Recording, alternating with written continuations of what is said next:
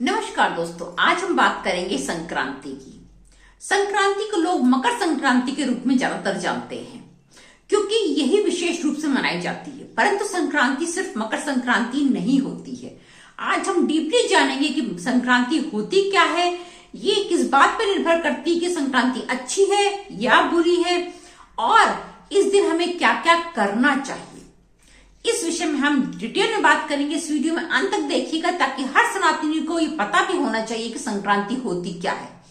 इसका खगोलीय घटनाओं से बहुत गहरा संबंध होता है, ऋतुओं से बहुत गहरा संबंध होता है और इससे कई चीजें निर्धारित भी होती हैं। मैं अंजलि सक्सेना एक बार पुनः स्वागत करती हूँ आपका एक नए वीडियो में। आज हम बात करेंगे संक्रांति की। संक्रांति में मकर संक्रांति सबसे ज्यादा विशेष मानी जाती है, लेकिन संक्रांतियां 12 होती हैं। क्योंकि संक्रांति होती क्या है विशेषता? संक्रांति होती है एक राशि से दूसरी राशि में सूर्य का प्रवेश या गमन, या सूर्य उस राशि का परिवर्तन जब करता है तो उस विशेष परिस्थिति को कहते हैं संक्रांति। इसका संबंध मुख्यतः सूर्य से ही होता है और सूर्य की आराधना संक्रांति पर की जाती है। और इस दिन जो है संक्रांति अच्छी है या बुरी है, ये निर्धारण किससे होता है? ये निर्धारण इस चीज से होता है कि वो संक्रांति किस वार को पड़ रही है। सोमवार, मंगलवार, 7 वार जो होते हैं उनमें से किस वार को पड़ रही है और उस दिन नक्षत्र कौन सा है, इस पर निर्धारित करता है कि आप संक्रांति अच्छी है या बुरी है। क्योंकि संक्रांति का प्रभाव भी होता है, हमेशा अच्छी या हमेशा बुरी नहीं होती है। इसका निर्धारण भी किया जाता है। 12 संक्रांतियां होती हैं। आज हम स्टार्ट करेंगे मेष राशि से, मेष संक्रांति से, और 12 संक्रांतियों में कौन कौन सी संक्रांतियां विशेष होती हैं, किसमें आपको जो है वो दान पुण्य ज्यादा करना चाहिए और किस संक्रांति पे सामान्यतः ही आप कार्य कर सकते हैं।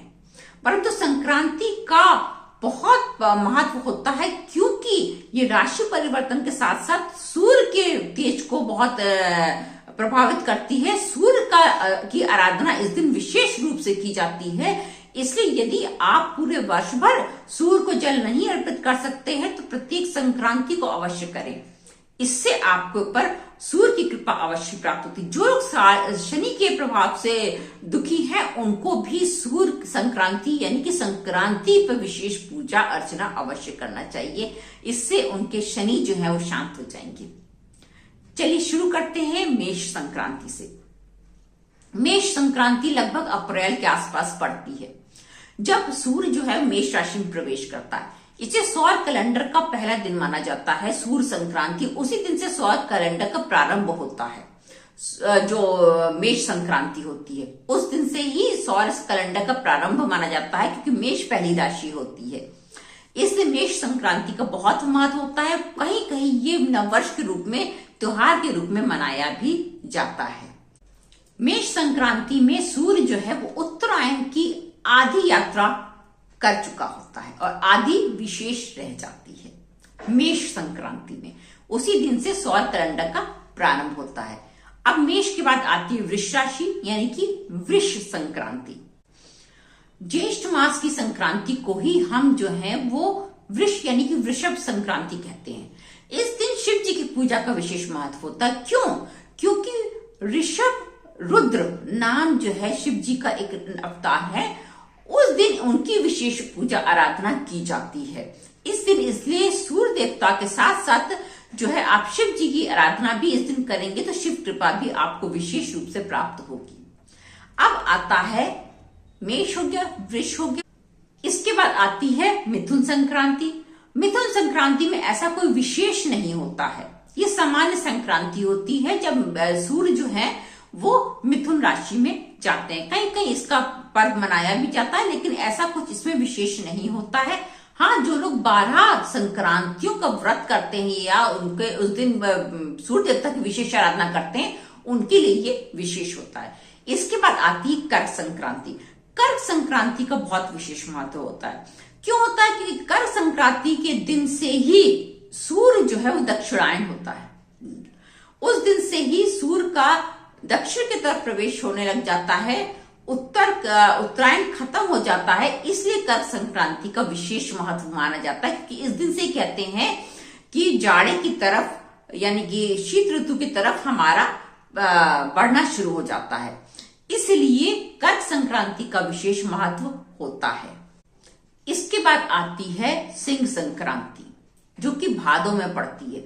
सिंह संक्रांति का ऐसा कोई विशेष महत्व नहीं होता है, साधारण संक्रांति के रूप में मनाई जाती है, लेकिन इस दिन घी अवश्य खाना चाहिए। इस दिन घी खाने का बहुत विशेष महत्व होता है। हमारे जो है वो शारीरिक संरचना के लिए वो बहुत जरूरी होता है, इसलिए इस दिन घी का सेवन जरूर करना चाहिए। अब आती है कन्या संक्रांति। कन्या संक्रांति को जो है विश्वकर्मा पूजा मनाई जाती है।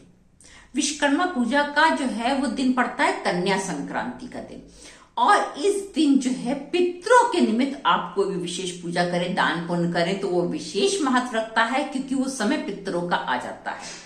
इसलिए कन्या संक्रांति पे पितरों का विशेष पूजन किया जाता है, और साथ में कन्याओं का विशेष आदर, मान, सम्मान, दान पुण्य करना चाहिए। जो भी आपके घर की कन्याएं हैं, बुआएं हैं, बेटियां हैं, बहनें हैं, जो भी घर की परिवार की कन्याएं होती हैं, उनको दान पुण्य इस दिन जरूर करना चाहिए, कन्या संक्रांति के दिन। ये आपका वर्ष भर जो है आपको समझ लीजिए कि बहुत शुभ फल देगा। कन्या पूजन इस दिन बहुत महत्व रखता है, कन्या संक्रांति वाले दिन। अब आता है तुला संक्रांति। तुला संक्रांति का विशेष महत्व होता है। इस दिन से कार्तिक स्नान का प्रारंभ माना जाता है। इस दिन कई स्थानों पर बहुत बड़ा मेला भी लगता है। तुला संक्रांति अपने आप में विशेष महत्व रखती है। इस दिन पितरों के निमित्त आपको तर्पण भी करना चाहिए। इस दिन गुड़ से बनी चीजों का दान अवश्य करना चाहिए। तुला संक्रांति जो है वो विशेष महत्व रखती है। इसके बाद आती है वृश्चिक संक्रांति। वृश्चिक संक्रांति पर भी पितरों के निमित्त आप कोई भी पूजा करेंगे तो वो आपको बहुत फलित होगी, क्योंकि वो उस समय जो है पितरों के निमित्त की हुई पूजा का अच्छा फल मिलता है। आपके पितृ प्रसन्न होते हैं। आप पितरों के निमित्त उस दिन कोई भी दान पुण्य करेंगे तो वो भी आपको विशेष फलित होगा। वृश्चिक संक्रांति के दिन ऐसा माना जाता है कि गाय का दान करना बहुत फलित माना है। इस सब का वर्णन मत्स्य पुराण में मिलता है कि संक्रांति का व्रत कैसे किया जाता है, संक्रांति के व्रत करने से हमें क्या क्या विशेष फल प्राप्त होते हैं। अब हम बात करेंगे धनु संक्रांति की। धनु संक्रांति क्या होती है? जब हमारे सूर्य जो है वो धनु राशि में जाते हैं, यानी कि गुरु की राशि में। जब गुरु की राशि में जाते हैं तो खरमास का प्रारंभ होता है। इसलिए धनु संक्रांति का विशेष महत्व माना जाता है। धनु संक्रांति में के बाद मतलब पूरे जो एक माह वो जो है धनु राशि में रहते हैं, तब आपको कोई भी मांगलिक कार्य नहीं करना होता है। उस समय आप विष्णु भगवान की विशेष पूजा आराधना करें। आध्यात्मिक पूजा पाठ के लिए ये समय बहुत अच्छा माना जाता है, परंतु किसी भी मांगलिक कार्य के लिए ये समय अच्छा नहीं माना जाता है। इसके बाद आती है मकर संक्रांति। मकर संक्रांति पर सूर्य उत्तरायण की पूर्ण स्थिति में होता है।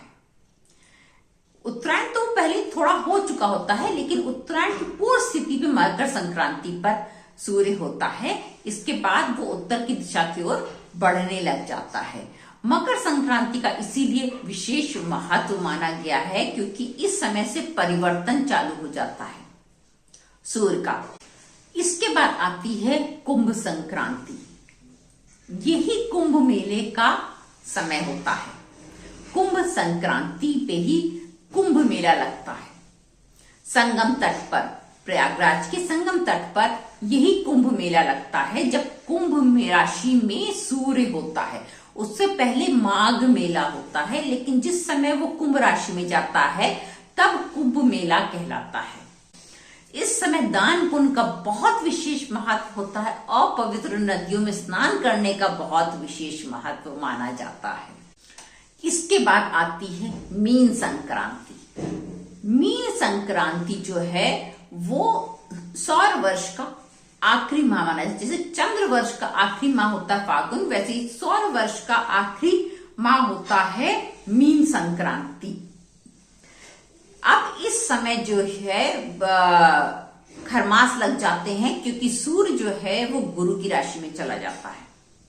सारे मांगलिक कार्य इस समय बंद हो जाते हैं और आराधना का समय प्रारंभ होता है। इसलिए मीन संक्रांति भी बहुत विशेष महत्व रखती है, क्योंकि मांगलिक कार्य इस समय समाप्त हो जाते हैं, खरमास का प्रारंभ हो जाता है।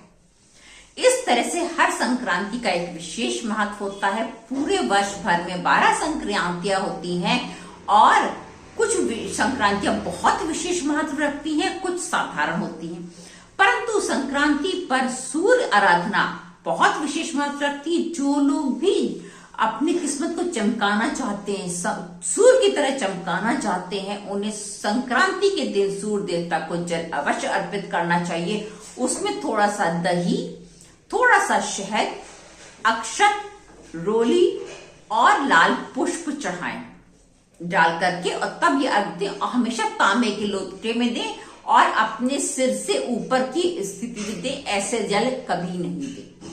इस बात का ध्यान रखते हुए यदि आप इस समय जल देते हैं सूर्य देवता को, और लेकिन इस बात का ध्यान रखिए कि जल्दी देना, आपको सूर्य उदय के समय देना है। आपके यहाँ सूर्य दिखता हो या ना दिखता हो उससे मतलब नहीं है, मतलब ये है कि जिस समय सूर्य उदय हो क्या हो आपके स्थान में, उसका टाइम का ध्यान देते हुए आप सूर्य को जल दे दें, तो आप देखेंगे सूर्य की विशेष कृपा आपको मिलेगी। विशेषकर वो स्टूडेंट्स जो कि किसी भी गवर्नमेंट जॉब को पाना चाहते हैं, उन्हें संक्रांति के दिन सुबह उठ करके जल्दी सूर्य को जल जरूर देना चाहिए। यदि वो बाकी दिन नहीं दे पाते तो कोई बात नहीं, वो 12 संक्रांति अवश्य करके देखें, और उन्हें उनके मनपसंद जॉब ना मिले तो कहिएगा। ये बहुत प्रभावशाली उपाय होता है। और अगर उस समय आप जल देते समय सूर्य का मंत्र पढ़ते हैं, अति उत्तम है। लेकिन अगर आप उसमें गायत्री मंत्र पढ़ते हैं तो समझिए चमत्कार होता है। इसलिए जल देते समय यदि आप संक्रांति को जल देते समय गायत्री मंत्र पढ़ करके और इन चीजों को डाल के जल दे के देखिए, फिर आप इसका चमत्कार देखिएगा। फिर मिलेंगे एक नई वीडियो में एक नए विषय के साथ। तब तक के धन्यवाद, नमस्कार।